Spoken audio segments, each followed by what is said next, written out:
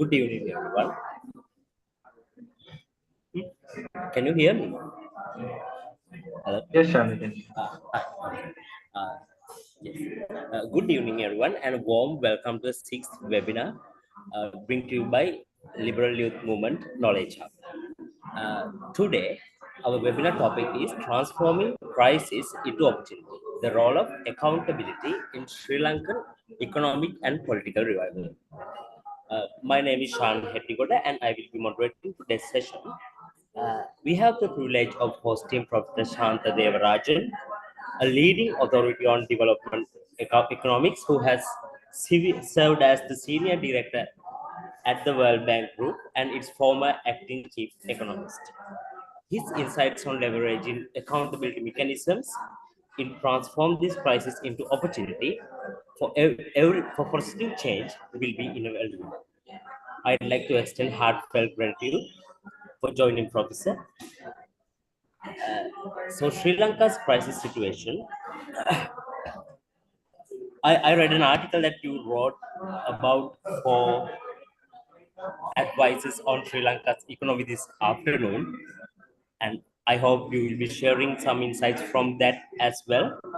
So as you said, this year is very challenging and very important because of the election as well, because politicians might come up with populist narratives. So yes, without further ado, I'm gonna hand it over to Professor to do the session. After the session, you can we can go ahead with the Q&A session, and participants can ask question after your session. Okay, well, thank you very much for inviting me. This is really a privilege for me to have to be able to meet with this group, which I've admired from afar, and I'm really grateful for all the work you're doing, particularly in trying to reconcile the different views about economic reform in Sri Lanka, which is sorely needed at this point. So I'm going to start by sharing my screen.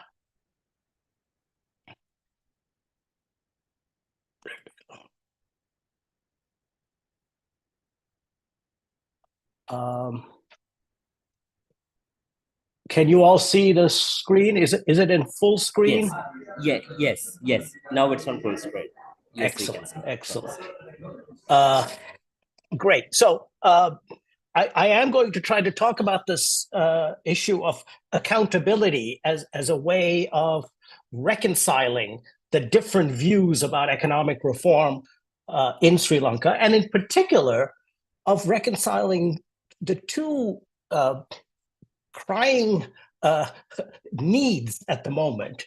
One is to resume economic growth, and the other is to improve governance. And I think the answer to both lies in accountability. Let me explain why. First, let's look at the setting. I mean, I think everybody knows that after the worst economic crisis in its independent history, Sri Lanka faced in 1922, where inflation was 70% and there were shortages of food and fuel and medicines, and economy contracted by 7.8%, that at least the inflation has come down, as you can see from that graph. It's actually quite a remarkable performance to reduce inflation from 70% down to about 5% within a year. I don't think it's been done in too many other places. But there is this challenge of resuming economic growth, because as you can see from the right-hand side, growth had been negative for about 2.75 of a year. And only the last two quarters of 2023 has growth turned positive. It actually is quite devastating to have that kind of growth, negative growth, for such a long period of time. In fact, I just did a calculation in preparing for this talk that Sri Lanka's per capita GDP this year is the same as it was back in 2013. So that's a whole decade where the country is back where it started from. It's what they call the lost decade. So it's absolutely imperative, especially if you take into account the extraordinary increase in poverty levels and increases in undernutrition and so on, that we need to resume growth. We need to get growth going at a very high rate. The other reason, though, and as I'm an advisor to the government on debt restructuring, I have to say this very carefully, but we're undertaking a debt restructuring program right now to bring down the debt. But even if that program succeeds, and I think it probably will, there's some hopeful news even today, even if it succeeds, it's going to bring that debt down to about 95% of GDP. That's still a very high level of debt. So in order to avoid some bad shock, there could be another, war in the Middle East or God knows what, that could create economic difficulties for Sri Lanka. We have to bring that debt to GDP ratio down even further, which means getting the growth rate up, getting the denominator higher.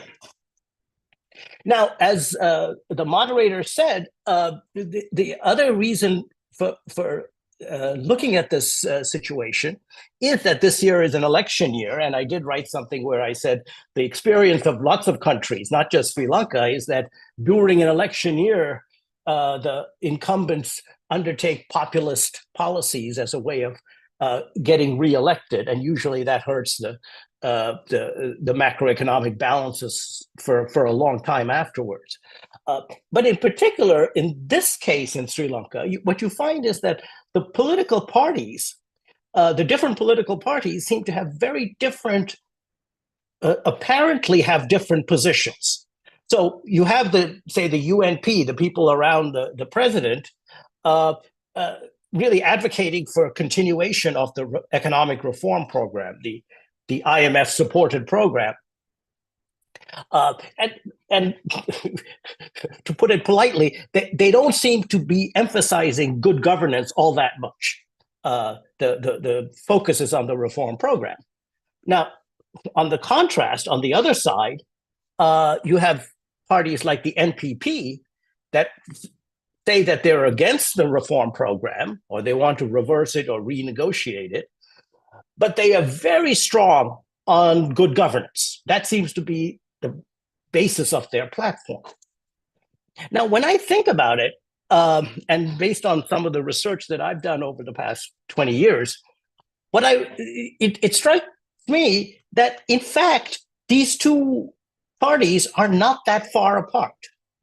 That the economic reform program, cutting the subsidies, reforming the state-owned enterprises, and a few other reforms that I'm going to talk about, are very much in the direction of good governance. They are to strengthen accountability, the people's ability to hold governments accountable. For too long, I should add, that the Sri Lankan economic policy has been geared towards the government holding people accountable. We have to reverse that and turn it around. Likewise, I think if you take the NPP statements, they're about strengthening this accountability,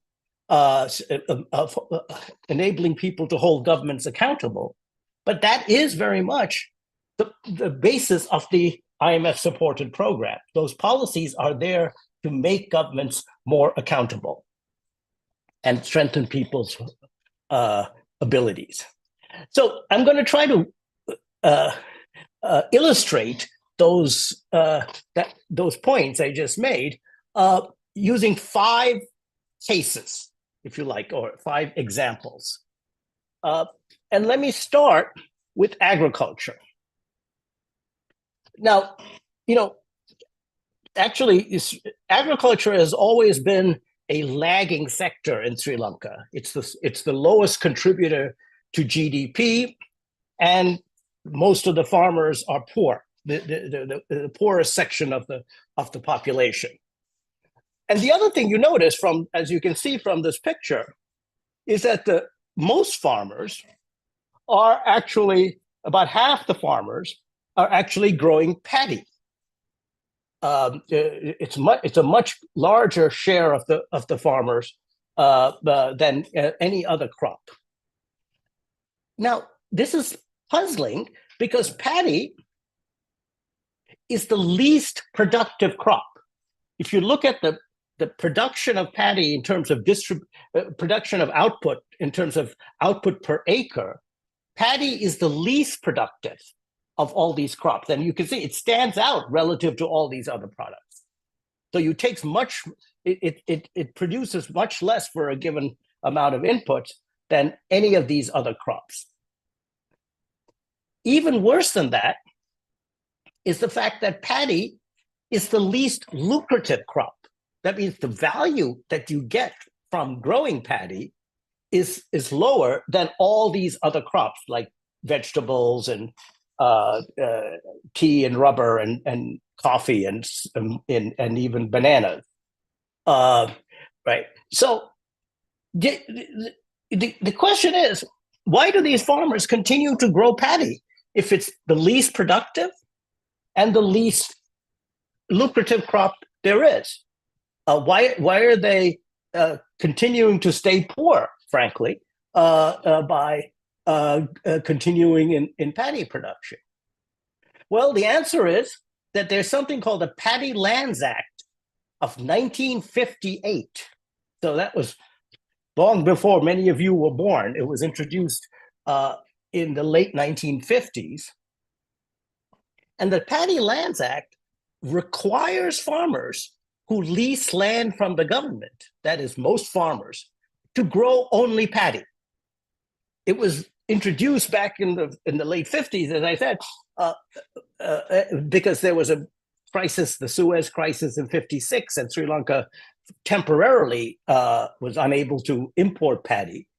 So there was this effort to be self-sufficient in paddy. And so they wanted to make sure that there was enough rice. And so they required farmers to grow paddy. But this was almost 70 years ago. And today, there's no fear of an embargo on Sri Lanka, but there's also the problem that paddy is not that profitable to grow. So by requiring these farmers to grow paddy, we are actually forcing them to be poor. They can't make money. In fact, I remember once when I was in Colombo, I read in the newspaper that a farmer was fined 35,000 rupees for growing bananas in his own plot of land. Now that tells you something, right? That the farmer was willing to take the risk of a fine because it was more productive to grow bananas. Now, so I think the answer is very clear. Just let farmers grow whatever they want. Allow them to produce whatever they wish, rather than requiring them to grow paddy. And some of them will grow more profitable crops and make some money and actually improve their lives. Now, some people say, oh yeah, but these farmers don't know how to grow other things, and they don't want to be subject to the risk of not making it with other crops and so on. Well, I've got news for you. I think Sri Lanka is the textbook example of the country where when you make entrepreneurs accountable to world markets, to world prices, rather than government manipulated prices, the entrepreneurs respond favorably. They are able to actually make it work. And the example I'll give you is the trade liberalization of the late 1970s. As you probably know, in the late 1970s, Sri Lanka liberalized its import tariffs. And you can see just from this graph that that was the year at which growth, the GDP growth rate started accelerating. It was very low. This, by the way, this is a logarithmic scale graph. So the vertical axis is the log of GDP per capita. And what that shows, which you might remember from high school algebra, that the slope of a logarithmic graph is the growth rate. So you can just look at the slope of that graph and calculate the growth rate of GDP per capita. And you can see that the growth rate, which actually was at times negative before the 1980s, turned positive and has stayed positive all the way till the latest crisis, as we just discussed. And, you know, when they liberalized trade in the late 1970s, there was a lot of fear, similarly to what some of these people are saying about the Paddy Lands Act.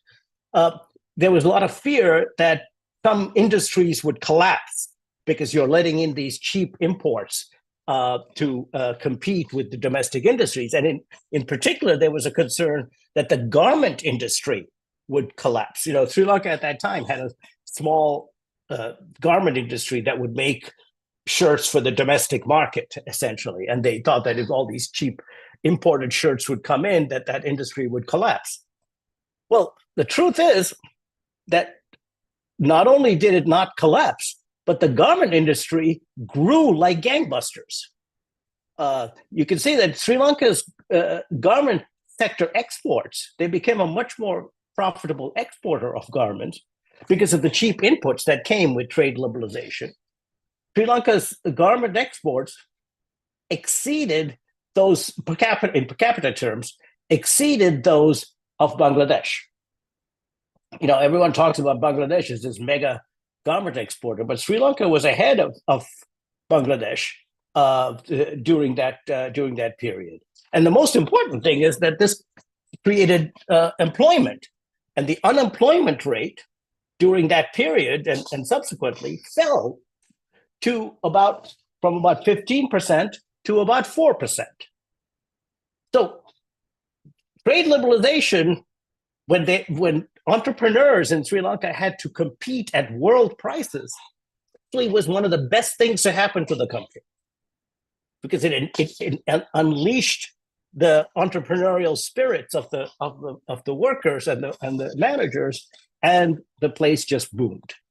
Now, just think what we can do if farmers also have to compete at world prices for fruits and vegetables and all these other commodities. They can make a lot more money and they will not be so poor. So there's something we can do. And coming back to the point about accountability, see, under the Paddy Lands Act, the farmer is accountable to the government because it's the government that sets the policies. If we remove that, the farmer is accountable to world prices. And world prices, the good thing about world prices is that they're apolitical. They don't care whether you're a SLPP farmer or a UNP farmer or whatever, right? They just say, this is the price, you pay the price, or you earn this price if you produce this good. And that's the principle of accountability that we want to promote in this business, because anytime you let the government be the person who holds you accountable, the government is subject to all sorts of whims and fancies that might not work in the best interests of the farmer. Okay, so then let me turn to the second example of accountability, and that is the whole range of subsidies, particularly fuel and electricity subsidies, that are that are found in Sri Lanka. The Ceylon Petroleum Corporation and the CEB have had a whole range of subsidies. I think until the latest reform, the total amount of those subsidies amounted to about 3% of GDP. So it's huge. And given that we have a fiscal deficit of about 10, 12% of GDP. Now, the trouble with these subsidies is that they are justified on grounds of helping poor people pay for electricity and fuel. The actual outcome is the opposite. The overwhelming share of these subsidies go to the rich. Not surprisingly, they're the ones who drive gas-guzzling cars and have air conditioners and washing machines in their homes. So, in fact, there's a calculation in Sri Lanka that 70% of the fuel subsidies goes to the richest 30% of the population. And this is consistent with the global evidence. So let me just give you the global evidence. If you look at a sampling of developing countries, what you find is that I don't know what that light blue, maybe it's called teal color, is the amount going to the richest 20%. And you find that it's about half of these subsidies go to the richest 20%. Now, there are other problems with subsidies, such as the fact that when you subsidize electricity, for instance, like in the Ceylon Electricity Board, then the electric utility, the CEB, becomes accountable to the government, because it's the government that pays the subsidies, rather than to the consumer, who's the one consuming the electricity. So they cut off electricity, they run blackouts, they use very expensive generating sources like the diesel-powered plants. All of these inefficiencies creep in when you introduce electricity subsidies.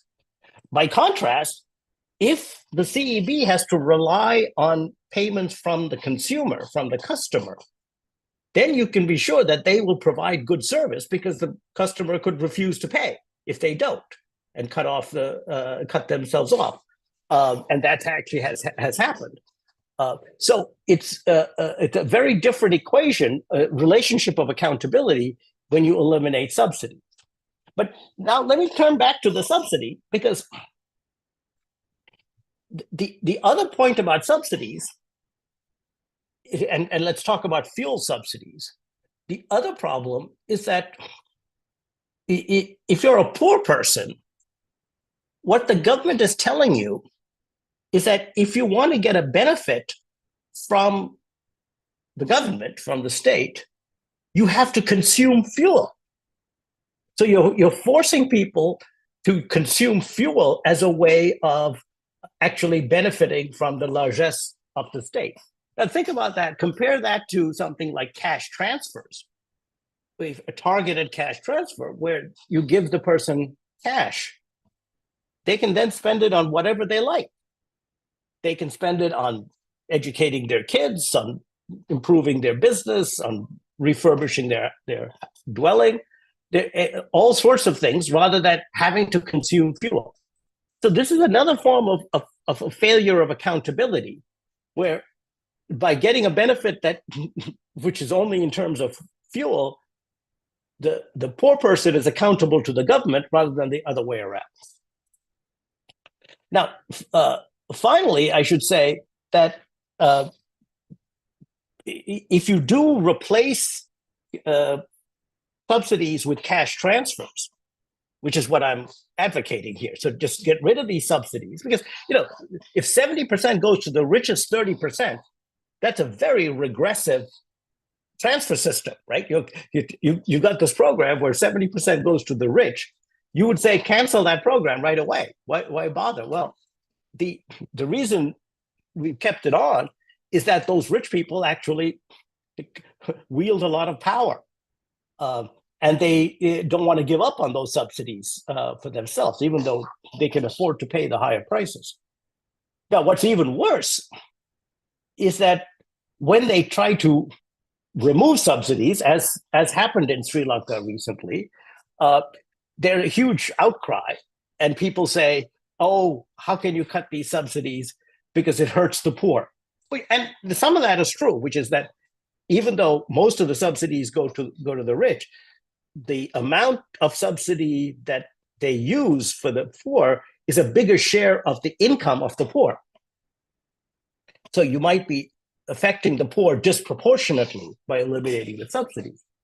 But if you replace that subsidy with a cash transfer, or you increase the existing cash transfers that are targeted to the poor, then you're giving them more money with which some of which they can use to pay for the higher price of electricity or the higher price of gasoline.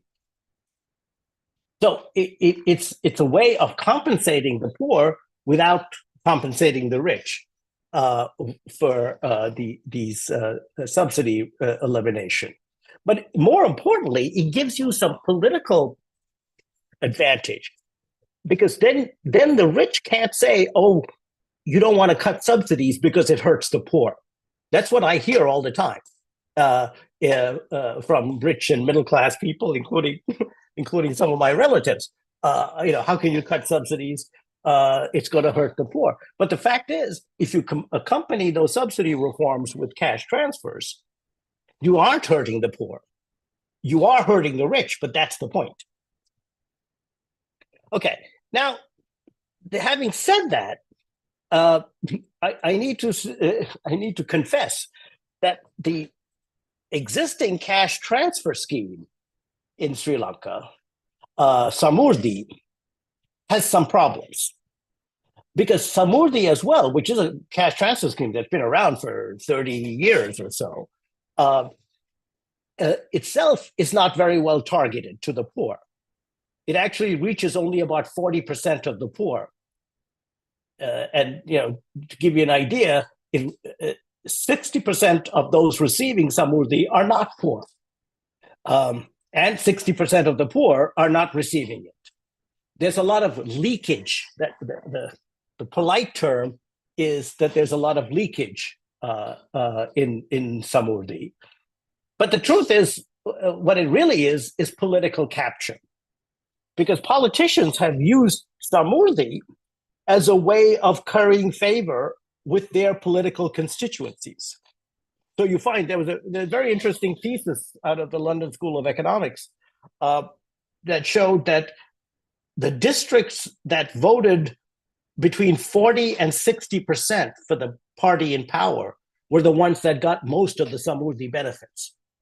So if they voted less than 40% or more than 60%, they didn't get very much Samurdhi benefits. And of course, districts that voted for the opposition party didn't get very much. And this is, this is systematic evidence, but there's also some anecdotal evidence. And this was a study done of the Samurdhi program, where the study concluded that political affiliation determined the eligibility of some to receive the consumption grant. This problem was confirmed by several Samurdhi managers and Niamakas we spoke to. The Niamakas said that they're under pressure from area politicians and village-level party organizations to give the Samurdhi grant to PA families. PA is the People's Alliance, which is the party in power at the time, and to deny them to UNP supporters. So, Samurdhi supposedly was a cash transfer program, really became a political patronage program. Now we have to reform that, especially if we want to replace these subsidies with cash transfers. But the way to reform it is clear. You want to make the criterion for eligibility as transparent and as simple as possible, so it's much harder to manipulate. And that's why I think this proposal by some of my colleagues at Verite Research, which is to simply make it a function of electricity consumption. If you consume less than 60 kilowatt hours a month, you get the Samurdhi transfer. And if you consume more, you don't. And you find that if just using that as the criterion, and you can see that's a very transparent criterion because you get an electricity bill and everybody knows what that is, then you can actually reach something like 86% of the poor, 81% of the poor, rather than 40% that we're currently reaching. Okay. And this is something that's fairly easy to monitor. And since 99% of the population has electricity, you're actually covering everybody with the program. Okay. So now let me turn to the third and what might be the most what might be a controversial suggestion about accountability, which is education. Because Sri Lanka is rightly proud of its amazing accomplishments in education in terms of enrollment in primary and secondary school. It's the highest in Asia and has been that way for many years, and surpasses many of its peer countries. But there's still a problem. And this is this free public education system that is touted as a success story. But there's a problem with the education system, which is the quality of the education, the learning outcomes that come out of it. So if you look at the pass rate in 8th grade in these schools, the average pass rate is about 50%.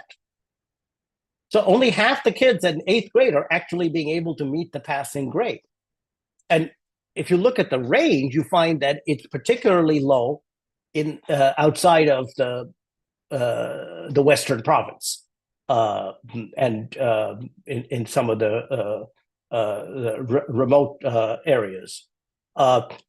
It's clearly not an equitable system, and it's clearly a system that is failing in terms of teaching students giving them an actual education. Now, why is that? Because as I said earlier, the enrollment rate is almost 100%. So these kids are going to school, but they don't seem to be learning very much. Well, one problem is that about 15% of the time, the teacher is absent. So you have fairly high levels of teacher absenteeism in this country. The average is about 15%, but it can be quite high in some of the outlying areas, as I said earlier.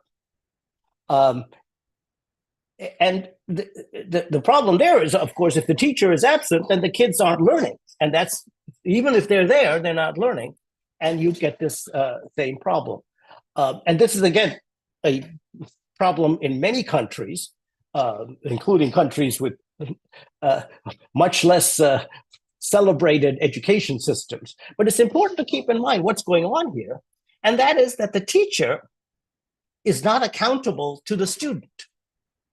The teacher can be absent without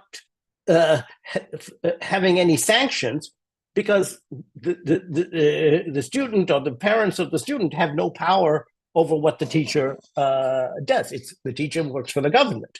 So this is the problem with a central government-driven education system. Basically, our experience has been that around the world, central government education systems are very good at getting students enrolled, but they're not as good at getting students to learn. Because what you need for getting students to learn is for the teacher to be able to be accountable to the student so that they can actually tailor the lesson to the needs of the student. And that's what falls apart here.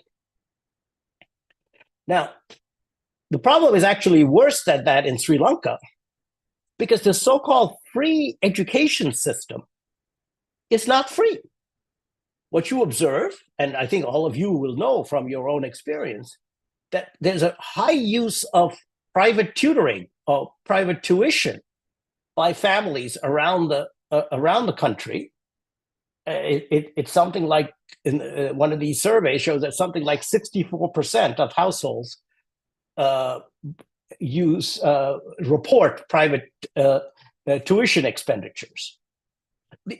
Even more distressing is that this amount is high even among the poor. So it's something like 60 to 64% of the poorest quartiles, the poorest 25%, are paying for private tutoring.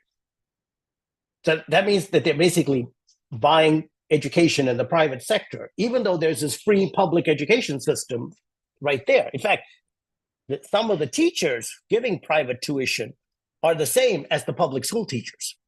So they under teach in the public school so that the kids will pay to come to their private tutoring system.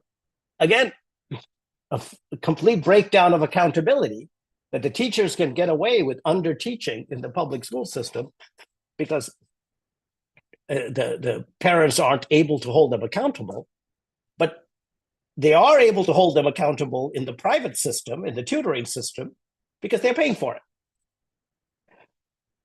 Now, what can you do about that? Well, there's lots of experience around the world in using making teachers accountable, introducing systems like school vouchers, or having the community manage the school so that the teachers are actually accountable to the local community, or information campaigns.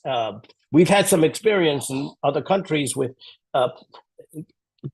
sending out information about the quality of education in different schools and informing the public.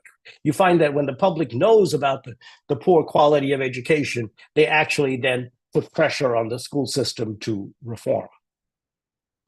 Now, let me add that there's another problem in education in Sri Lanka, and that up to now I've been talking about primary and secondary education, but there's another one, which is tertiary education. And in tertiary education, Sri Lanka is actually doing very badly. And the reason for that is very simple. They only allow public universities, government universities. So they don't allow private universities. And we know because they've tried it and they've been frustrated, shall we say. As a result, and if you say you can only have public universities, you're restricting the number of places because there's only so much money that the government has for these universities, which means that the same country with such a high primary and secondary enrollment rate has among the lowest tertiary enrollment rates compared to its peers. You can see this graph shows you secondary enrollment rates and higher tertiary enrollment rates. That's the blue and the orange, respectively. And while Sri Lanka has among the highest secondary enrollment rates compared to its peers, the orange is one of the lowest, the tertiary. It's about the same level as Bangladesh, and it's much lower than Malaysia, Thailand, and all other middle-income countries. Again, this is a self-inflicted wound because all these other countries, including Bangladesh, by the way, have private universities, and they're doing very well. And they're able to enlarge and expand education, higher education, to a larger number of people. There's an additional problem with higher education in Sri Lanka, that if you have such a restricted number of university places, and it's still a free education system, what you find is that the people who qualify for that restricted number of places come from the rich. So they've done studies of the incidence of higher education in Sri Lanka. And this Lorenz curve shows you that basically 50% of university students come from the richest 20%. And about another 40%,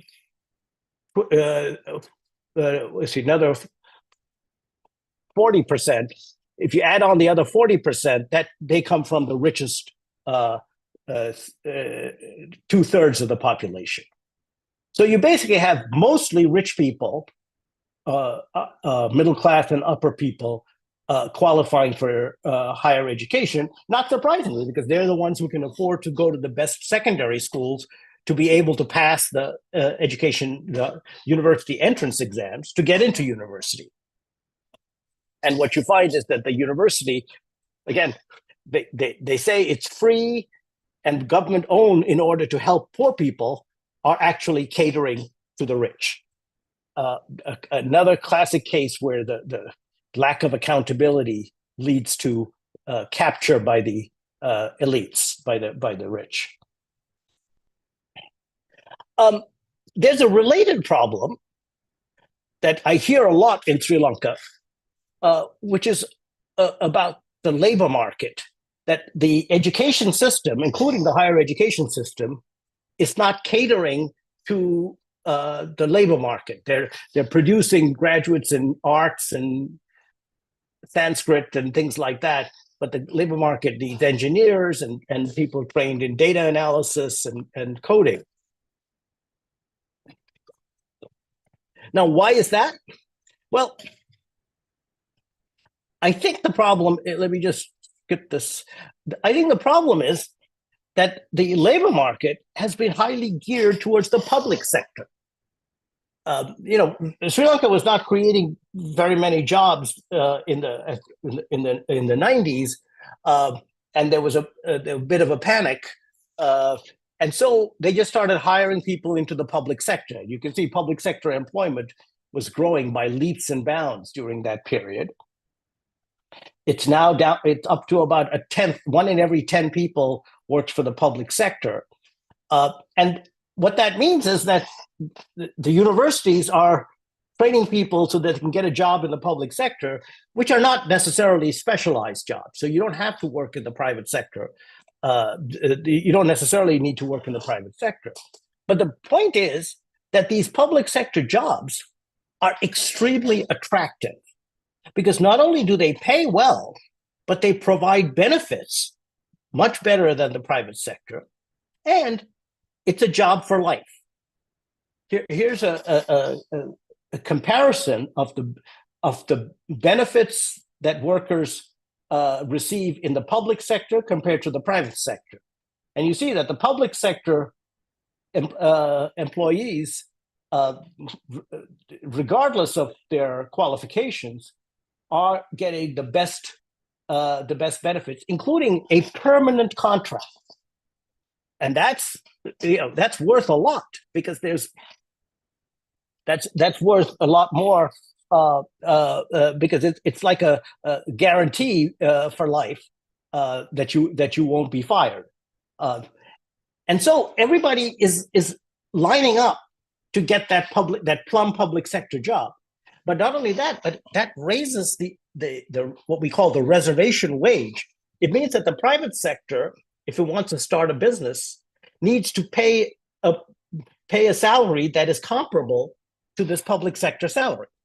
But that public sector salary is very high if you take into account the risk premium associated with the permanent nature of the contract, which means that the private sector can't really afford that, and so they don't grow. They can't be competitive in world markets.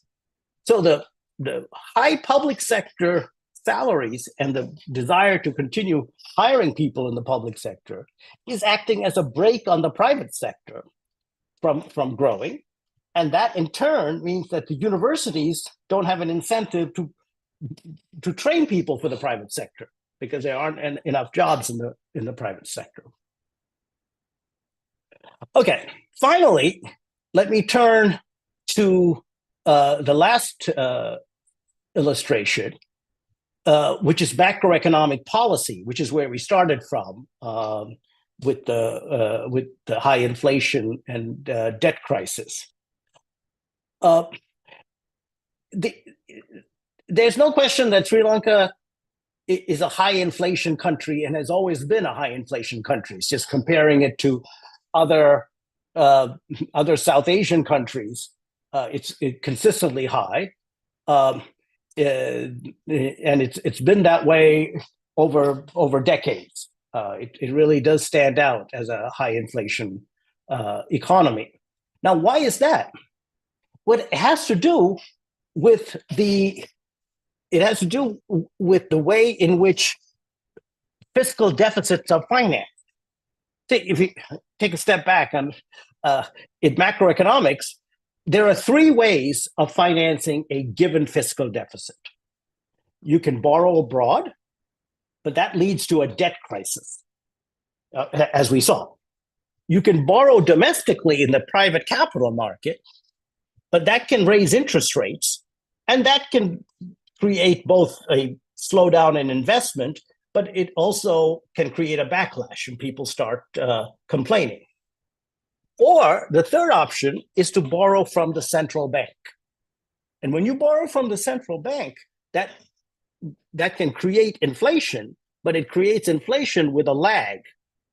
So and when that inflation kicks in, then other world events can happen, like a COVID pandemic or Ukraine war or something. You can blame the inflation on those things rather than on the fact that you've been borrowing from the central bank. So it's very tempting for governments to borrow from the central bank as opposed to those other two options. In other words, it's the one for which they're least accountable. Because the other two, the accountability stares you right in the face. But of course, the problem is, as we saw in 2022, when you do that, and that's exactly what happened in from 2020 to 2022, the Gotabaya Rajapaksa government financed the fiscal deficit by borrowing from the central bank, and we saw that inflation hit 70%. And that's why, in order to make the government, the finance ministry, accountable for its borrowing decisions or its financing decisions, that's why we introduced the Central Bank Act of 2023. And what the Central Bank Act of 2023 does is it prevents government borrowing directly from the central bank. It ties the hands of the central bank. So when the finance ministry tries to put pressure on the governor of the central bank to finance a deficit, the governor can say, sorry, there's a law, the Central Bank Act of 2023, that says I can't finance it. Now, so the Central Bank Act of 2023 is extremely important, and I hope we will continue to preserve it and protect it. But there's another accountability, and I want to end by suggesting that that's the other one that we need to pay attention to, because the rhetoric in Colombo, at least, seems to be sometimes in the other direction. Because the other aspect of the current debt crisis that people have been mentioning is the fact that some of the external borrowing, the foreign borrowing, was from bondholders, from private bondholders. So the Sri Lanka's foreign debt shifted from official creditors like China, India, Japan, and so on, to private sector bondholders. Now, and some people think that's a bad thing because the bondholders are just there to make money.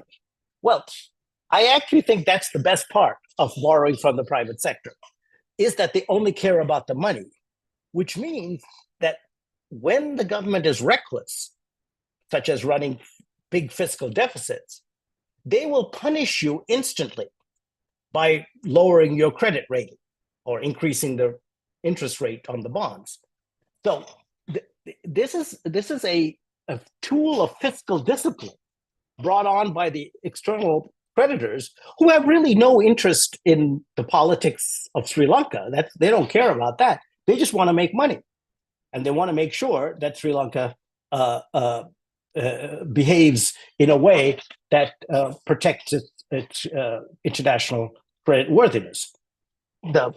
The problem with official creditors is that they have other objectives, and Sri Lanka has other objectives in borrowing from them, which have nothing to do with the profitability of investment. I mean, just to give you an example, in 2019, the Rajapaksa government turned down a $500 million grant from the US the Millennium Challenge Corporation of the US, and a $1.5 billion loan at 0.1 interest from the Japanese government. And yet instead they borrowed from the Chinese at commercial interest rates. Now, how did they do that? Well, that's because of the whole Human Rights Council issue, on which they think that the US and Japan are active. And they didn't want to deal with that. And they wanted, the Chinese don't bother them about human rights. So they wanted to borrow from the Chinese. Now, this was, I think, a big mistake because it mixed up foreign policy objectives with economic policy objectives. The principle has to be you borrow from the cheapest lender. And here they borrowed from a less cheap lender or more expensive lender because of foreign policy objectives. So what I would propose is that Sri Lanka should keep its borrowing policy separate from its foreign policy. You always borrow from the cheapest lender, regardless of what your foreign relations are with that country. And you always you deal with the foreign policy separately, and you need to have a firewall. Now, some people say that's you're dreaming. How can a country make that separation? So let me just give you the example. I'll give you the example of Taiwan and China. You know, Taiwan and China are sworn enemies. They don't even recognize each other. And yet, China is Taiwan's largest trading partner and largest investment destination. So in terms of economic policy, they continue as they wish. Okay, I've exceeded my time a bit. Let me now conclude. And the conclusion is straightforward. Accountability is the key to both growth and governance in Sri Lanka. The accountability to world markets provide the incentives for entrepreneurs, including poor farmers, to be efficient and productive. And accountability to of government to the people improves the efficiency of public services like education and reduces the scope for elite capture if the people are informed. And then I would apply these principles to these 5 examples that I talked about. And the policy solutions are straightforward. They allow farmers to grow what they wish, convert all these subsidies to targeted cash transfers, but make sure that the cash transfers are targeted to the poor by making them transparent so that the public knows exactly who should get them and who should not get them. Then stop hiring in the public sector because it crowds out the private sector. And finance fiscal deficit by borrowing from the private sector, both domestically and internationally, rather than borrowing from official creditors or from the central bank. And I just want to end by saying these are not my ideas only. They come from Sri Lanka, and I just want to remind you of the Aragalaya movement, because all of these things I just said are really from the Aragalaya movement. And it was captured in this poster, which I think is a beautiful poster from the Aragalaya movement, which says people should not be afraid of their government. The government should be afraid of their people. Thank you.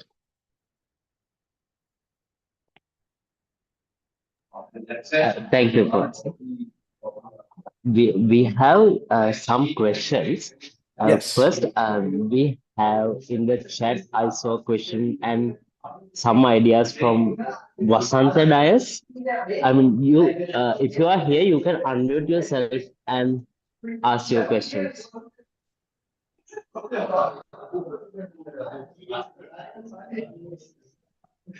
Vasanta.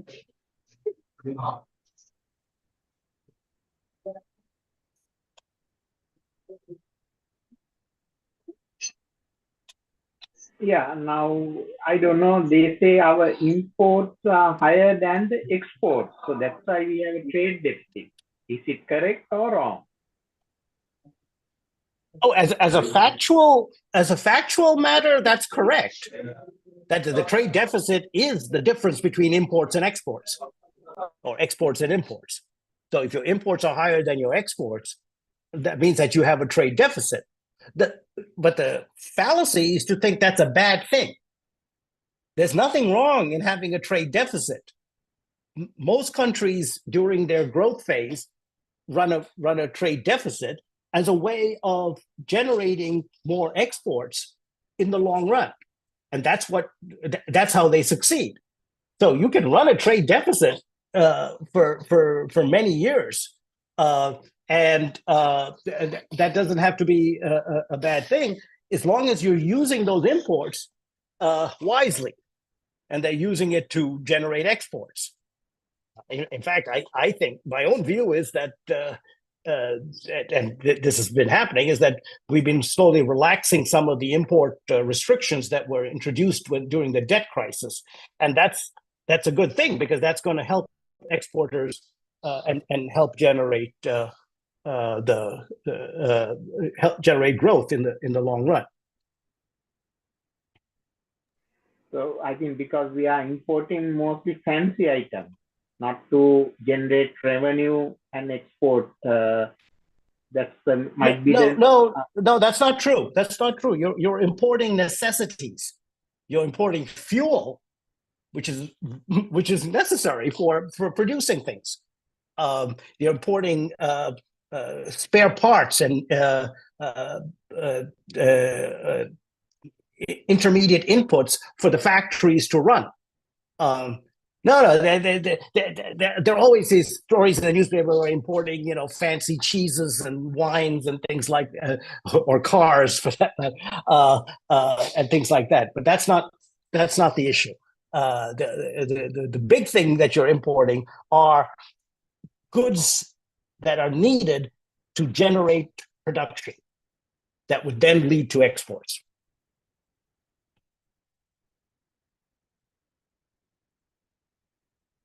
Thank you, Professor.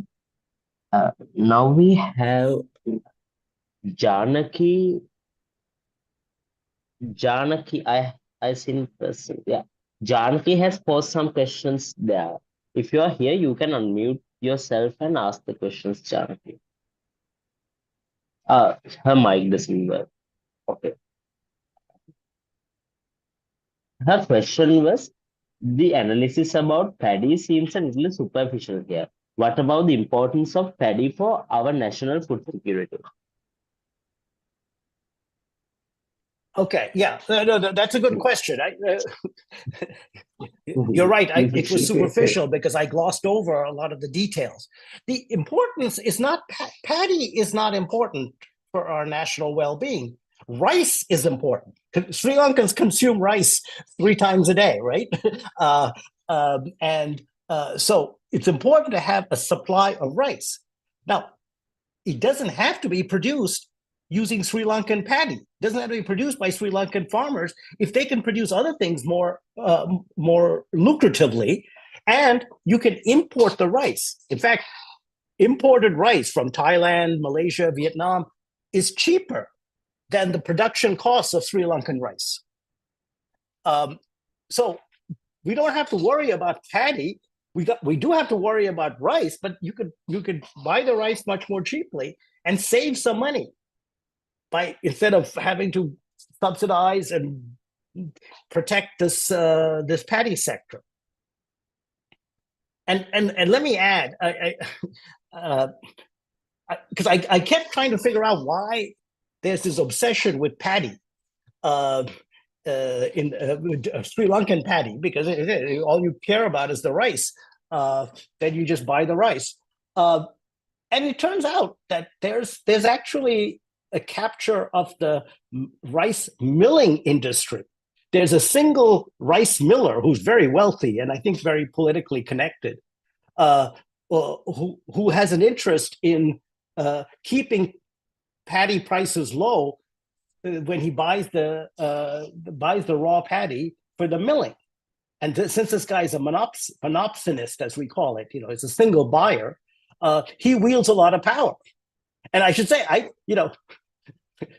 the person who told me this was none other than Gotabaya Rajapaksa himself. So makes me think that he may actually know something more about the how this person manages to maintain his monopsony.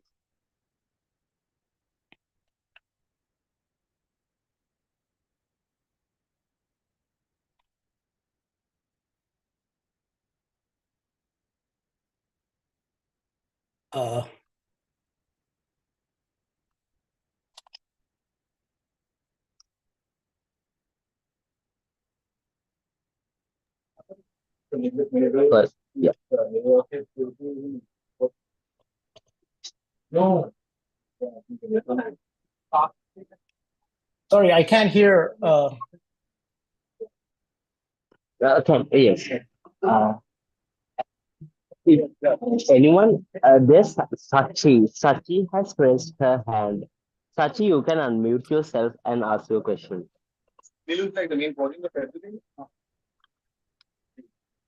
Could you guys hear me? Yes, yes, Yeah, yes. hi, doctor. I have a couple of questions on the agriculture and education too. But first, I would like to wonder if you can talk more about the debt crisis in Sri Lanka relating to the debt crisis around the whole world, right? So I think there's many countries going through similar scenarios. How can we combine our efforts? I mean, and this is not I very much against just blaming this on Sri Lankans, right? Yeah, of course, there's a lot of problems in Sri Lanka, but there's a crisis around the whole world, and we should partner with other countries and then find ways to get better haircut or get better bond swap. Like I see a lot of this talk happening now about green bond swaps, and I'm wondering if you can talk more about globally what the situation is and how Sri Lanka can benefit from other countries trying to solve the same problem.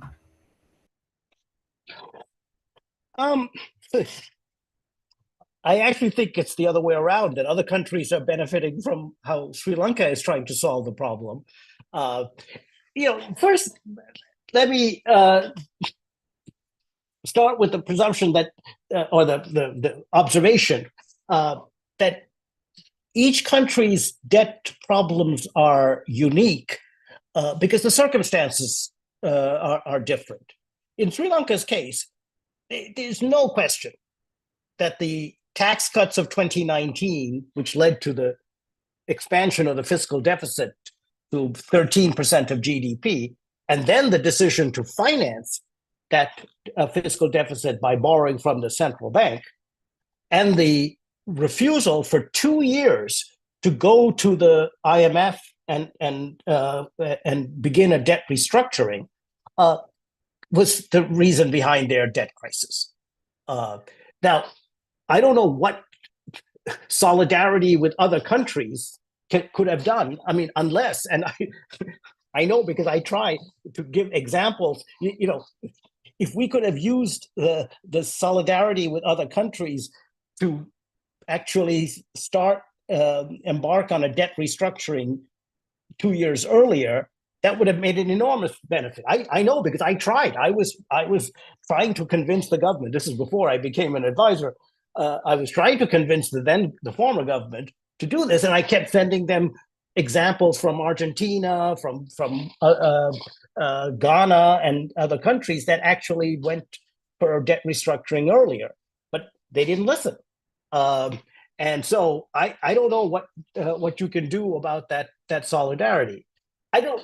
But then I think behind your question is whether we can, by negotiating jointly with other countries, we could get a bigger haircut from the creditors. I really doubt it, because these are all fairly small and poor countries, Ghana, Zambia, Sri Lanka, and so on. Even the sum total of all of their debt doesn't really amount to very much from the creditor's point of view. So the bargaining power is no greater, is not significantly greater by banding together. And then, of course, as I said earlier, the circumstances are so different that I think it's going to be very difficult for these countries to coordinate a common position. I mean, there are some aspects of the Sri Lankan debt restructuring that may require more of a haircut or more of a debt reduction by the official creditors and less by the private creditors, and that might be different for the for a country like Ghana. So I think it's tough. Then finally, I would say that one of the bigger obstacles to Sri Lanka's and here's something where you might be able to get some solidarity. One of the biggest problems in Sri Lanka's debt restructuring, now it's been 2 years since we embarked on the debt restructuring, so that's a long time. But one of the biggest obstacles, let's be very frank, is the Cold War going on between China and the US, which has nothing to do with Sri Lanka, but it gets played out in the debt restructuring negotiations as well. China being the biggest creditor of the official creditors, and the US having the largest vote at the IMF. And so a lot of this, we could have reached a debt restructuring deal earlier had the US and China been working in harmony on all these other things that they're not in harmony about right now, like trade wars and so on. And so if there's something that the debtor nations can do to tell these countries, and I see this drama being played out in Africa too, in Zambia and other places, if there's something that the debtor countries can do to tell these big countries like China and the US to say, fight your Cold War somewhere else. Don't let it interrupt the debt negotiations. That's the problem, is that they're getting confused. They're confusing it with the debt negotiation. And that's a source of delay. So there might be something there, but it's got to do with the official creditors. I don't think it's got much to do with the private creditors. Can I add to that? So, and I think so. We do this the whole. If it's okay. We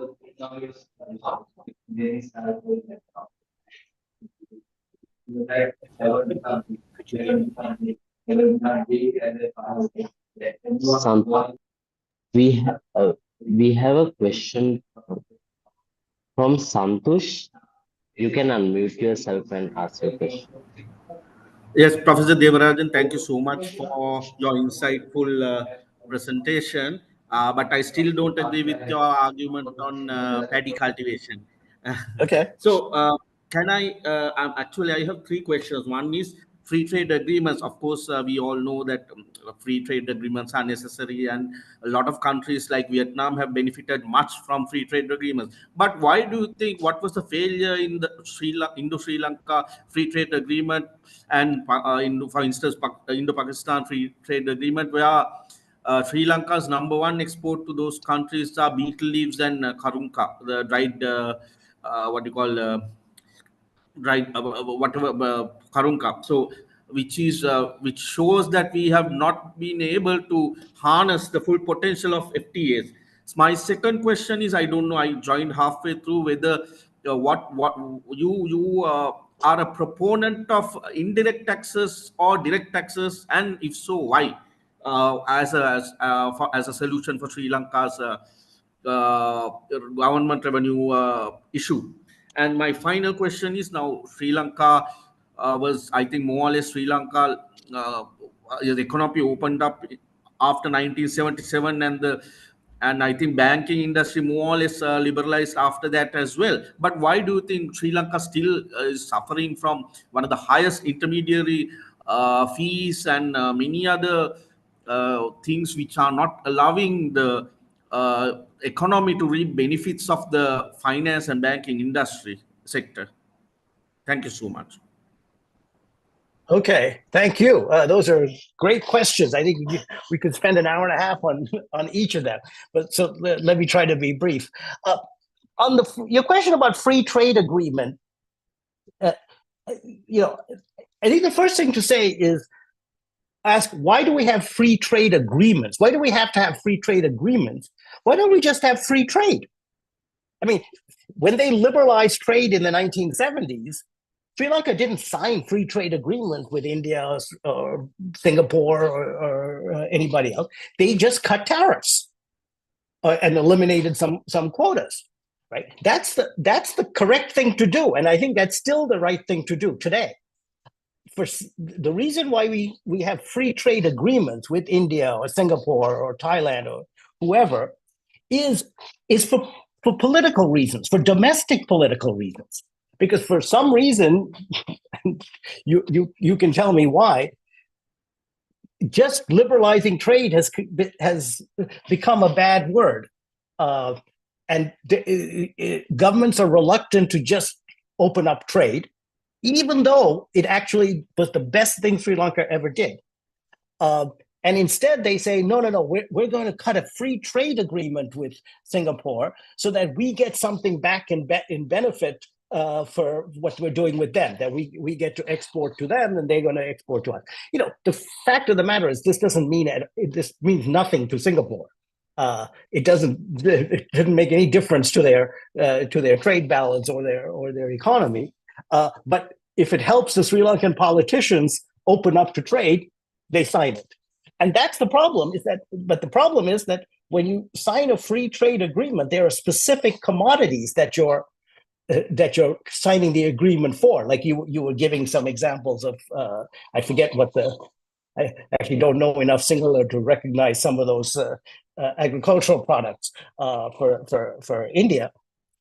But then you start measuring the success of the free trade agreement in terms of those products on which you signed the agreement on, rather than to say, you know, what about whether the free trade agreement actually opened up the economy to trade and that promoted the economy's ability to export. It may not be to the same country. It could be exporting to another country. But if you get cheap imports from India, you can use those as inputs to export to Africa.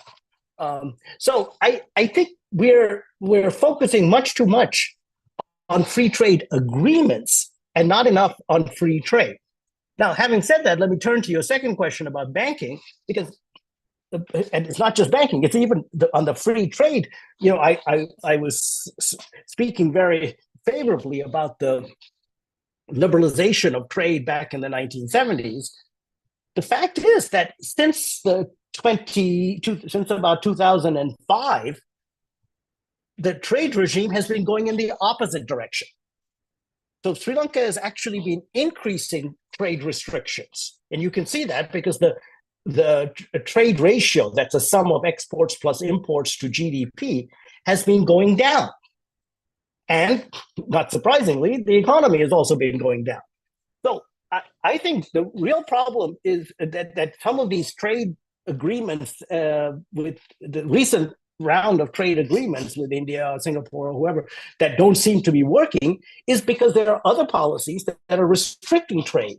So they're not really trade agreements. They're not really free trade. Some of these are actually deals to help particular firms in the economy.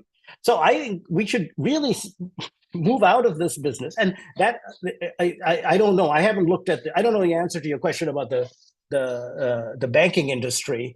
I haven't looked at it carefully, but I suspect that there are inefficiencies. Oh, and by the way, the other problem with trade in Sri Lanka today is trade logistics.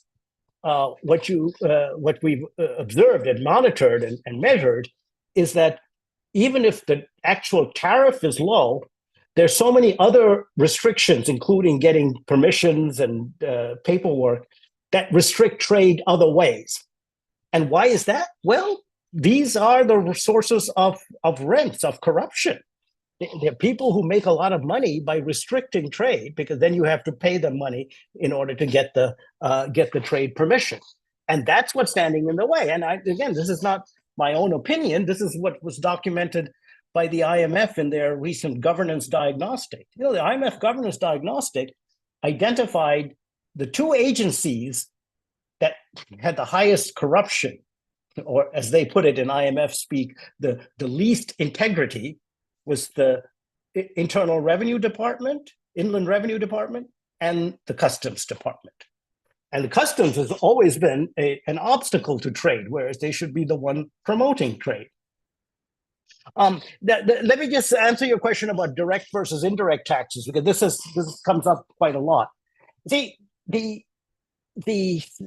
simple approach would be to say we should rely on direct taxes because they are progressive. You know, that you can tax rich people high taxes and poor people zero taxes, and that's more fair than an indirect tax, because an indirect tax is a tax on consumption, basically, which would be taxing. It might even be falling disproportionately on the poor because they spend a higher portion of their income on consumption. So that's the argument for direct versus indirect taxes. That's the theoretical argument. In practice, actually, the experience is quite different, because what you find is that direct taxes actually collect a lot less revenue. I mean, it's of the order of 1% of GDP that come in direct taxes. And the reason for that is that even if you tax rich people a higher tax rate, those people, because they're rich, have better means of avoiding taxes. They can hire lots of accountants and lawyers, some of whom may be on this call, to help them help them avoid taxes. So, in fact, the amount you collect from rich people is very little, and Sri Lanka is a classic example of that. I mean, the effective tax rate of the high income earners is extraordinarily low, and it's very different from the statutory rate. And the other thing is that we still don't have a wealth tax in Sri Lanka, and we know that there's huge amounts of wealth. If you just drive around Colombo, you get a sense of that. That is not being taxed. My contrast then on the other side with indirect taxes, and particularly the value-added tax, what we found, again, by experience, again, this is where experience trumps the theoretical model. The experience is that they collect a lot of revenue, so they're able to generate revenue, and also you can develop a value-added tax with enough deductions on things that poor people consume that the incidence of a value-added tax is more or less equal across all income groups. It isn't progressive, but it's not regressive either. And this has been the case in Thailand, in Indonesia, the Philippines, and many African countries. And some of the analysis I've done myself, so I can vouch for it. So the theoretical idea that indirect taxes are worse than direct taxes doesn't actually play out in the real world.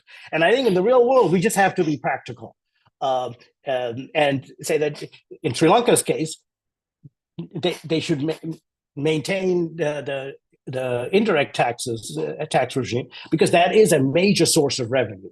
But I would also advocate for a wealth tax and implementing a wealth tax. They've actually proposed a wealth tax many times, but it hasn't been implemented. And then let me add one other thing when you talk about taxation, because there's another source of taxation that is going untaxed, untouched, and that is the foreign direct investments.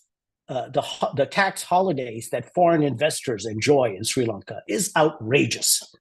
Look at this Colombo Port, Colombo Port City, where any firm that locates there goes tax-free, including the salaries of their executives are tax-free. Now, the evidence that and the reason for this is they think that if you don't give them tax holidays, they won't come to Sri Lanka, they'll go somewhere else. Now, there's no evidence that that's the case. I mean, all the studies on tax holidays for foreign investors show that that's not what drives foreign investment. And so we don't have to worry about that. But more importantly, why should these rich people who are the foreign investors be paying zero taxes, whereas poor and middle-class Sri Lankans are paying very, very high taxes right now in order to balance the budget. That just doesn't seem fair to me.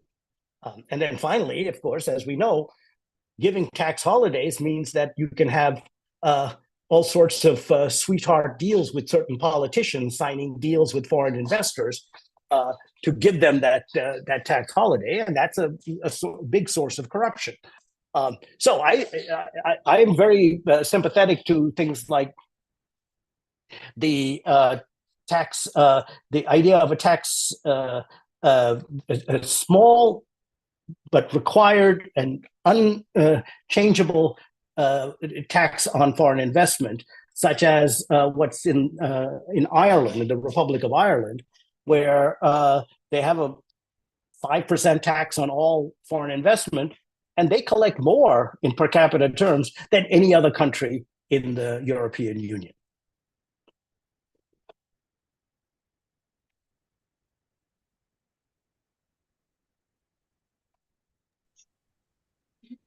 Thank you, Thank you very much.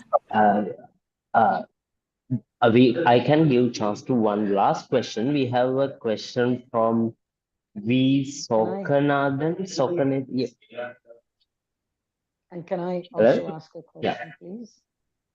Hello. After that, can we take one? Hello. Yes, On the yes, right sure. side, After yeah, that, yeah. I'll come back to you. Okay, Liam. I'll come back to you after this session. Okay. Yes, you can go ahead. So, Sokanathan, I'm not sure whether I got the name correctly. Hello, sir. Yes. Hello. Go ahead. Yeah, Yes. yeah, thank you. We can hear you. Yeah, my question is in India, the transformation process go through the planning commission as a apex body. In Sri Lanka, we are talking about the transformation. What is the body to oversight that transformation? Okay, thank you. First, there is no planning commission in India, right? Niti Aayog is the former planning commission. They deliberately changed their name because they don't think a planning commission is going to do any transformation. It didn't. The planning commission was not the source of the transformation, right? What the transformation in India, and by the way, we could also discuss whether there is a transformation going on in India, because you know that manufacturing employment hasn't changed in the last 40 years. So the transformation that's happening in India is that there's a big boom in services and service exports. Most of that was not handled by the Planning Commission. In fact, it was handled by the policy changes to liberalize telecommunications and allow the telecommunications firms to invest in India. So I wouldn't worry about who should handle the transformation function. Just get the policies done, and I think the policies are being discussed. Some of these things, like the SOE reforms in Sri Lanka, and so on, and let the Sri Lankan people manage the transformation. They're very good at it. They did it. They did it a couple of times in the past. They can still do it again. You don't need a government agency to do this. This idea, I mean, the Planning Commission was started back in the 1950s, actually maybe 1940s, when India was a planned economy, where you actually had to make decisions about who was going to produce the ball bearings and who was going to produce the electricity and so on. It's now a market economy. You don't need a planning commission to run a market economy. And the transformation is something that the people will achieve. And I thought I was trying to show you that if you can set the policies in place where people can hold government accountable, then you will get the transformation. That is actually how most countries did it. There was no, the role of central planning in Korea or Taiwan, for that matter, was very weak. They didn't do very much, and in fact, they do nothing now in those countries. And then a country like Thailand never had a planning commission, and that was not how they achieved their transformation. So I would say India is not doing India is, first of all, not transforming, and secondly, it's not doing it through the Planning Commission.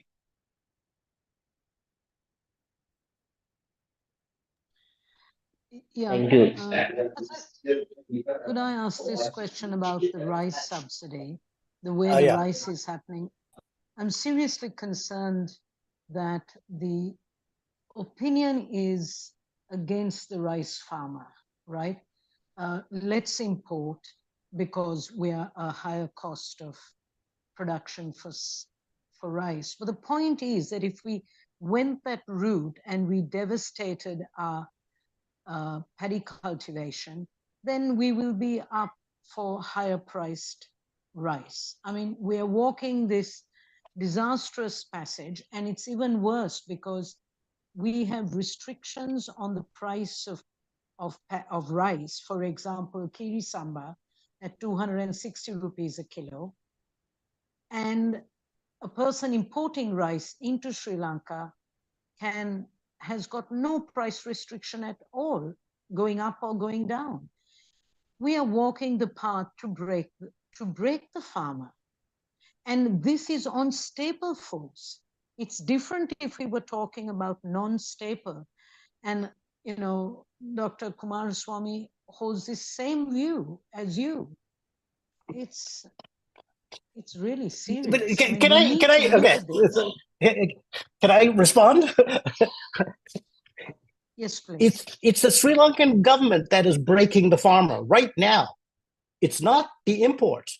It's the restriction that the farmer has to grow paddy. As I was showing you, paddy is the least profitable crop. So you're forcing farmers to grow the least profitable crop. You're keeping them poor. The idea is they should get out of paddy and grow other things so that their incomes can grow, so they can actually make a decent living for themselves and their families. This is the way we're breaking the farmer. Now, imported rice, so let's then put that aside. That's the first point. The second is whether, I think your concern is if you import rice, it's going to increase the price to the consumer. But that's, again, something, well, first of all, it's not going to increase the price. It'll probably decrease it right now because the rice is actually cheaper to buy than to produce domestically. But the main thing is you should not subsidize rice. There's no prima facie evidence that rice should be subsidized at the consumer level, because rice is a private good, right? If you want to help poor people, and first of all, I'm sure you would agree that you shouldn't subsidize rice to rich people. And we do, that's right? That's why we say it's okay to have price control on Nadu, and maybe even Samba, but even Samba is a high-priced item. And Kiri Samba is pure madness to let the farmer only sell. So, I mean, this, but I'm concerned about the long term, right? Especially, I am too. So let me just tell you, price controls never work in the long term. I mean, that's been the experience around the world, is that price controls does not necessarily make sure that poor people get access to the low price commodity. What you find is that rich people will pay people to stand in line to get that rice. And we've observed that in Sri Lanka as well. So forget about price controls. As I said, everybody should pay the market price of rice. You help poor people with I think cash. For Nadu, it's okay. For Nadu, it's okay to have a price control, right? Everybody's not going to rush to. No, you should not have price controls on anything. Price controls never work. I assure you. I've looked into this in excruciating detail. So you mean you would want to see some other way of helping the poor have their staple rice? Not some other way. I showed you a way, right? You help the poor with cash transfers. That is exactly what what you want to help poor people with, so that they can decide whether they want to buy nadu or sambar or other rice too, and or not spend so much on rice and spend something on vegetables. It's their agency that I'm trying to protect, that I'm trying to promote. Can I ask you? Okay, I accept this point on the price control 100% and other forms of helping the poor. What I'm concerned is also the Maha Valley only provide their water for the paddy farmer. If we want to grow vegetables, that's not permitted, right? Anything else. So that brings me to the question, we need to have some modeling of this kind of, some computer modeling to understand what are the long-term consequences. But how do we do this? This kind of conversation we're having is very nice. It's pleasing, but really it makes no difference at the level of the government or the policymakers or whatever they are called. How do we approach that impasse? Well, you're absolutely right. I mean, the fact that they only give water to paddy farmers is part of the problem, right? That we have to get away from this idea that we are protecting paddy, because by protecting paddy, we're making paddy farmers poor. We're keeping paddy farmers poor. So you're absolutely right that these are all government policies, but that's the point, right? Government policies can be changed. It's not a God-given feature of our landscape. It's something we made up. we invented the policy. That's the point, no? Professor, when people of your standing say, don't go for the rice, right? Don't give the protection to rice. The point is they only listen to that part. They only make the Maha Valley waters available for rice. So we are crucified with the statement that you make, because the full answer is not implemented. I mean, there are many issues inside of this, right? And absolutely. I fully agree with you that it's not just one switch you turn off or turn on. You have to go for the whole package. And I'd be happy to work with you. By the way, I used to do those general equilibrium models in my youth, and I'd be happy to show you or even work with you to develop that, because it is a multi-package thing, no question about that. Yeah, please, because I look at systems dynamics, right, in Forrester's work, and I'm saying, when I speak to the central bank, just on the odd occasion, they say, no, we don't do any of this, right? And the real big question is, how do we get this message across to government so that we don't get half a solution, which then, in fact, crucifies us even more? But can I just say one thing? There seems to be an echo. Just say one thing in response to that. This is not just getting the message to government. That's one reason I'm spending all this time on webinars and writing op-eds and so on. The message has to go to the people as well. My experience after 2 years of advising this government is that they're very nice, they're very polite, they listen to me, but they're going to do what's politically expedient, right? And that's why we want to be able to get the public to send this message as well.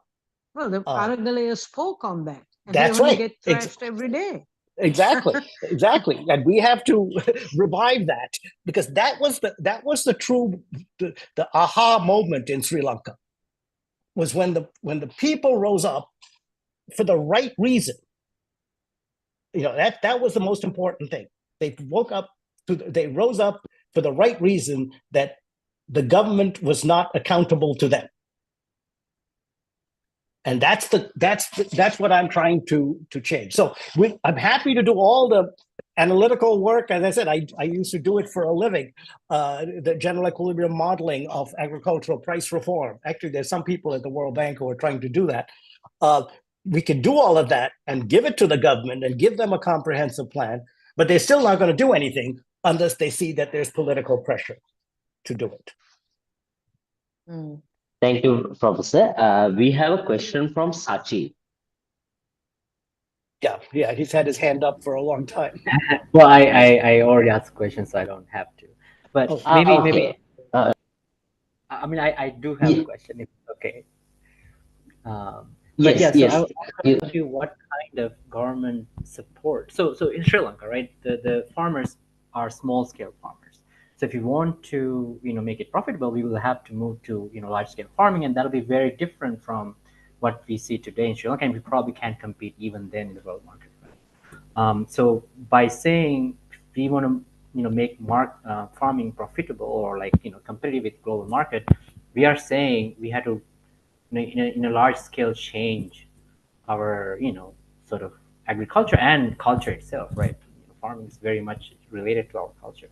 So what kind of, and I think there's a big, argument for supporting farmers at some level. And I'm wondering what you think, what kind of subsidies, what kind of programs would be, possible given, I mean, you're right, US, right, Build Back Better, whatever that thing is, right? Government subsidies are increasing today in the world. And if I may tie it to the education that you were talking about, I mean, I just saw that you went to Berkeley too. So, right, University of California system was one of the best, education systems in the world. Like that actually brought up California. That's how California developed in many senses, right? And that is very much a public system. And today, if I see correctly, by allowing this sort of voucher system, right? Not voucher, but basically student loans, we have in many ways broken the system, right? There's huge student debt problem. So by having education a public system and making the monopoly of funding, the government funds, but funds go through banking system, right? Seems like you were supportive of that. So that actually have sort of collapsed the system in many ways, right? So don't you think there's a government role in, say, education and sort of things that are very much, very important to the country, right? Like in Sri Lanka, I think agriculture is one of those. There's a role for the government to play in providing some form of subsidies, some form of benefits, to the citizens. No. Okay. First, you started by asking questions about agriculture, and then we switched to education. Let me respond to both. On agriculture, there is no presumption that the government has to continue to subsidize agriculture or even preserve the agricultural, you said the culture or the agricultural way of life. This is the biggest myth that people live under. Look at the most successful countries around the world. The share of agriculture in their GDP, or the number of people working in agriculture, shrinks over time as they grow. So the role of agriculture might be important in Sri Lankan culture today. I assure you, no matter what happens in 30 years, it would not be that important. It'd almost be insignificant. And you're seeing that anyway, right? I mean, the children of farmers today don't want to be farmers. They're going to Colombo and getting jobs there. Right? So what's going to happen to agriculture? One of my friends in Berkeley want to start farming. Wait, I'll get to Berkeley. I think you missed some aspects of the California system as well. Even though I'm a product of it, you are a product of it too. But just keep that in mind, right? So when we say we need to protect farmers or subsidize farmers, you're subsidizing an industry that is going to shrink. That by all means, and what we need to do is to help these people become richer, to grow. Now, if they can be more productive in, say, the manufacturing sector or the services sector, they should stop being in agriculture. There's nothing sacred about agriculture. Now, you mentioned in passing that the Europeans and the US are subsidizing agriculture in the US. Yeah, they can afford to do it. They're very rich countries. But even there, I mean, the number of farmers is shrinking rapidly. Officially in the US, the number of full-time farmers, according to the US Census, is officially zero. And the reason for that is that in any census, if the number of people in any category goes below a certain number, like 10,000, they drop it from the census question. So most of these farmers who are getting subsidies, you're right, that they get subsidies in the US, have other jobs. Some of them are investment bankers. They're rich people who are getting these subsidies. But then, that goes back to World War II and the salt of the earth and all sorts of other nonsense that keeps these subsidies going. They shouldn't be there. But if these rich countries want to subsidize their farmers, let them. I don't bother. That doesn't bother me as much as poor countries like Sri Lanka, which don't have much money. And if they're spending all these subsidies in protecting farmers, and those farmers continue to be poor, something has to give. Something is not working. Now, let me turn to the education system. Absolutely, fully agree that the government should be intervening in education, for sure. That was not what I was suggesting at all. Because remember, even vouchers are paid for by the government. So the government gives vouchers. Now, what I do want to say is that the University of California system is a classic example of that.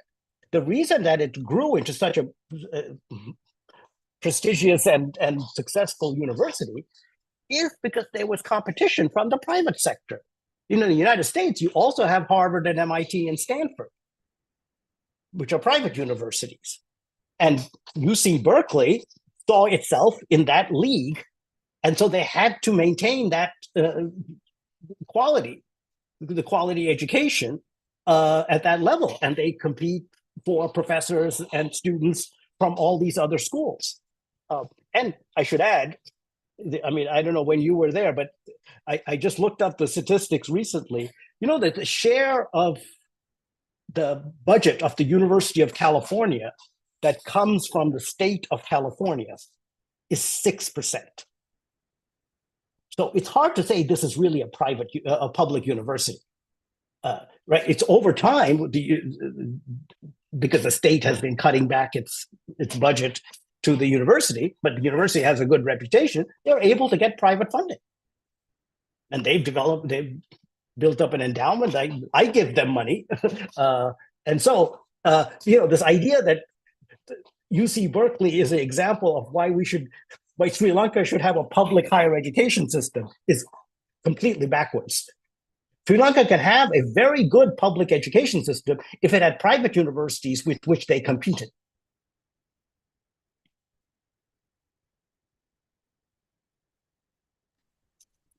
Thank you, Professor. I can let one last question. Yeah, Yes, sir, my name is Esar Fernando. Yeah, my question is, can I ask? Yeah. Sure. Yeah, Yes, my yes. question is, now as a country, we have always got into trouble where the central bank starts printing money to keep rates down when the private sector credit starts rising. This has always led to a boom bust cycle where at the end the growth collapses and we always get into trouble and we go to the IMF at the end for support. And unfortunately, IMF also has taught us about potential output and where we have been encouraged to print money to close that gap. Now there are countries that have hard-paid, dollarized or free-floated and got out of this messy cycle. Unfortunately, we haven't seemed to have this knowledge of moving towards any of those three options and always been going through the same cycle where we print money and go through the same boom bust cycle and again go to the IMF at the end for support. How do you think we can get out of this and where our central bank is not encouraged to print money when they want, showing that the inflation is low? Always the same cycle continues. We want proper economists to help us in getting out of this mess. I hope you can help us in this thing. Oh, sure, I'm happy to help you, but I actually think that they've already helped themselves. You see, that's what I was talking about in the Central Bank Bill, the Central Bank Act of 2023. See, the reason the central bank prints money, and you're absolutely right, that whenever there's a problem, the central bank has been printing money in the past, is to finance the fiscal deficit. So the real problem starts in the Ministry of Finance, where they're running a fiscal deficit, and they got to figure out how to finance it, and they can't borrow. They don't want to borrow abroad. They don't want to borrow in the domestic private markets. So they turn to the central bank, and you know, in the old days, the Secretary of Finance used to sit on the monetary board of the central bank. I mean, think about the power that gives him, right? Basically, he's one of the people who votes for the money financing of the fiscal deficit. So you're absolutely right. That has been the source of the problem, and that has been going on all the time. So the Central Bank Act basically says the central bank cannot finance the fiscal deficit, even if the Minister of Finance, who happens to be the president at the moment, insists on it. They can't, because the Central Bank Act says this is forbidden. And it really gives the governor of the central bank, it ties his hands, but it actually gives him a lot of power. So I think we are making strides in trying to reverse that cycle, but it really does come down to the fiscal problem rather than banking problem. But anyway, and there are a few other things you mentioned. The central bank does not print money to bring down inflation. That actually works the other way. It increases inflation. It increases. Yeah. Yes. Yeah. Okay. Yeah. Just want to make But sure. then why can't we go into a hard peg solution where a currency board? I mean, when a currency board was there in about 100 years, about 70 years back, we were one of the top countries in Asia, and then we started the central bank, and then whenever we want, we printed money, and look at where we are. No, okay. So there's a huge literature on fixed versus flexible exchange rates. That's what you're talking about, and the fixed exchange rate, the hard peg, as you call it, is another example of tying the central bank's hands, right? Because the central bank then cannot print too much money because otherwise there'll be a drawdown in reserves, and reserves will disappear. Now, this is the case in the CFA zone in West Africa. The Francophone countries in West Africa have a fixed exchange rate with the euro. And as a result, inflation is very low in the CFA zone. Now, the problem is, that's the benefit side of having a fixed exchange rate. But there's a cost. And the cost is if there's a terms of trade shock, say tea prices collapse or oil prices go shooting high, then you do want to be able to adjust the exchange rate, because otherwise the whole adjustment comes on employment, on output, contraction. If you can adjust the exchange rate, you can shift some of it to the tradable sector, and that's a flexibility you lose with the fixed exchange rate. So it's a trade-off. There's no clear-cut solution. With the flexible exchange rate, you get higher inflation for sure, but you have more flexibility when you get hit with the terms of trade shock. And I think if I could summarize it, because I actually have a paper on this, you can say that countries that are subject to lots of terms of trade shocks are better off with a flexible exchange rate, and countries where fewer terms of trade shocks are better off with a fixed exchange rate. Doctor, our savings rate, I mentioned it earlier also in one of the questions, is over 25%. The national savings rate, domestic savings rate is over 25%. But still, our currency has been coming down from the time that the central bank was established. From that point onwards, our currency has been coming down against the US dollar as well as most of the other currencies, hard currencies. Isn't it a pity that after having 25% national and domestic savings rate, for a country's currency to be coming down like this? I mean, there's only one reason, and the one reason is the central bank. No, it's not a pity. Let me just say that, because I hear this a lot in Sri Lanka. The fact that the rupee has been depreciating is a good thing, because it makes your exports more competitive. That's exactly what all of these countries, I mean, the East Asian countries, which have even higher savings rates, 30, 40%, ran an undervalued exchange rate for most of their growth period. I mean, until quite recently, they were all depreciating their currency more than what the equilibrium rate should be, because they wanted to maintain competitiveness of their exports. That's exactly the right strategy. Is that the right way to do it? That's right. I do think it's the right way to do it. I mean, look, there is evidence to that. There's very careful studies showing how that helps. But I think there's a sort of I don't know what you call it, a kind of machismo around having a strong currency. Even the word strong currency versus weak currency, it signifies that it's good to have an appreciating exchange rate and bad to have a depreciating exchange rate. The truth is that countries that have an appreciating exchange rate lose out on exports. The exports. So when you can't compete, you depreciate the exchange rate. Is it? That's right. And you improve your competitiveness. Exactly. What do you think those guys did in Thailand and Korea and places? Right? They didn't used to be able to compete. They needed to figure out how to compete. They maintained a depreciated exchange rate.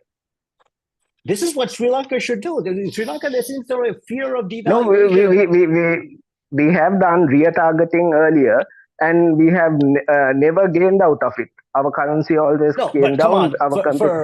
But remember, in the 2 years from 2000 to 2020, I mean, from 2020 to 2022, they didn't change the exchange rate once. They maintained it at 200 rupees to the dollar, when the black market rate was almost 300 rupees. I remember I was in Sri Lanka in 2021 or something, and I was in Galle, and this black market trader came and offered me 250 rupees to the dollar, when the exchange rate was below 200, I think, at that time. So I think Sri Lanka has a history of the so-called fear of devaluation. And there's a political thing too. I mean, I get grief from my relatives all the time. Oh, now we have to pay more for our medicines and things like that. Who cares, right? That's too bad for them, but they're not the people I care about. I think I want to help those poor people in the villages actually earn a living. What happens to the country's capital? When you depreciate like that, what happens to the capital of the country? The capital actually, you prevent a capital outflow. I mean, when you don't depreciate, when you run an overvalued exchange rate, that's when the capital flight occurs, because people are all expecting, right? And legally we can't take money out like that. No, this is a. But the other side of that is capital not coming in. I mean, capital doesn't come in, including. I mean, I'll give you the example in that period, which is the remittances. Remittances is another source of capital. From the workers abroad, mostly in the Middle East, in the Gulf. In calendar year 2021, and this is in the middle of COVID, everyone thought, oh, well, because of COVID, the remittances are going to come down. In every South Asian country, remittances actually went up in 2021. And the only exception was Sri Lanka. Sri Lanka was the only one where remittances went down. Well, Sri Lanka was the only one that maintained an overvalued exchange rate. By the way, I also know anecdotally that these are official remittances. The guys were sending money anyway, but they were sending it through informal channels, the Hawali system. So thankfully, some of the money was still getting to the country, but it wasn't coming out in the official reserves. When they devalued in April or May of 2022, that's when the remittances started coming up. And now remittances are back up. Yeah, don't you think it was because of the credibility of the peg being? Yeah, it is. it's the credibility of the peg, right? Because the credibility of the peg was called into question when you've got such high deficit, when you got a fiscal deficit. Because the central bank was controlling the rate, and then when they let it go, it came to a particular level where the credibility returned.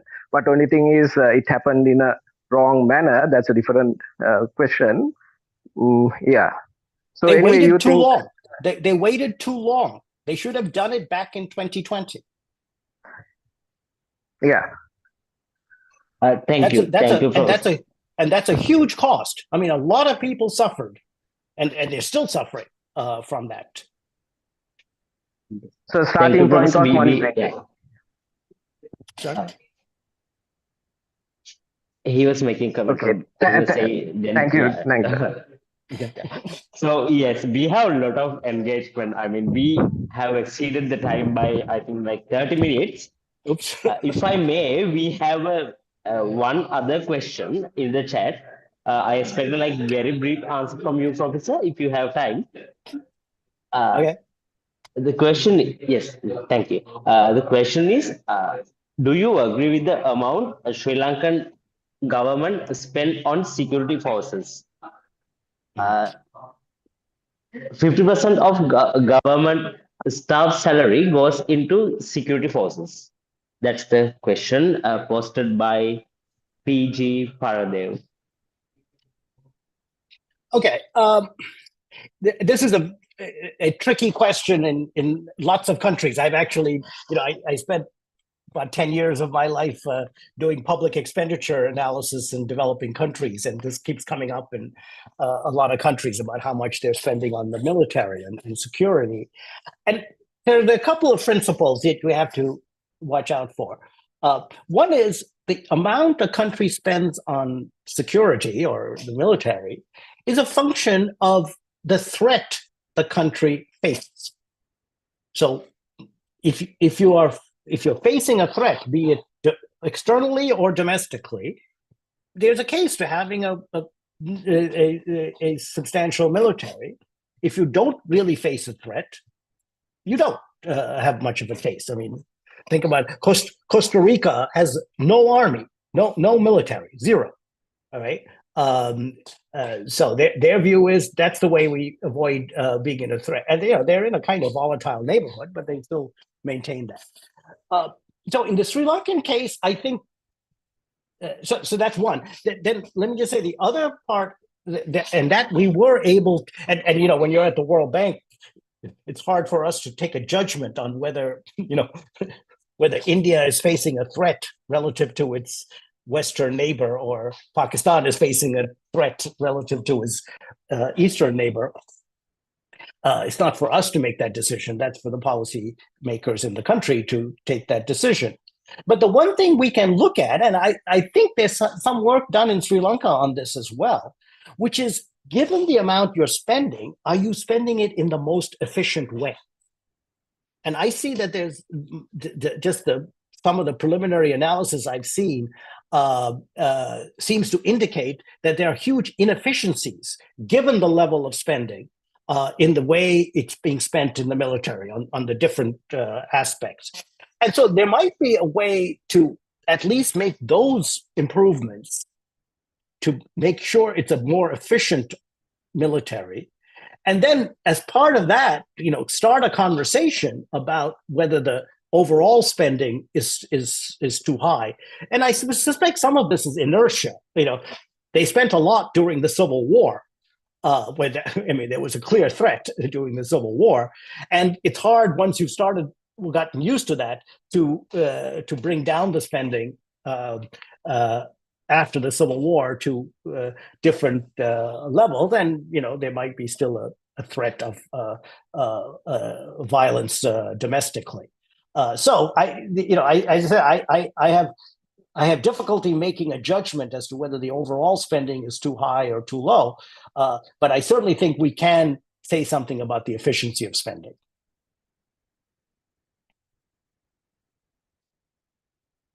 Thank you, Professor.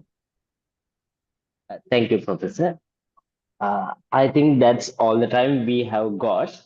Okay. Yes.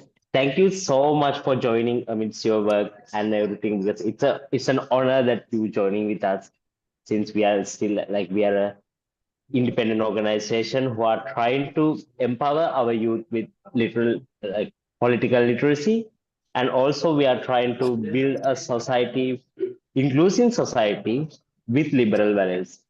So it's an honor meeting you and being here. And amidst the heavy rainfall throughout the country, we have active participation. We have more than 1,500 members, and also our members were here, and so many people joined from our FB and other ports, I guess. All of you who joined, you can put your details into the link that provided in the chat if you wish to get a certificate of attendance. Professor, again, thank you so much. Well, and thank you very much. The honor was mine, and I really applaud what you're doing. I think exactly what you're trying to do, have an informed public that can help bring about change in the country, is extraordinarily important. And I'm happy to support what you're doing in the future too. So let's keep this conversation going.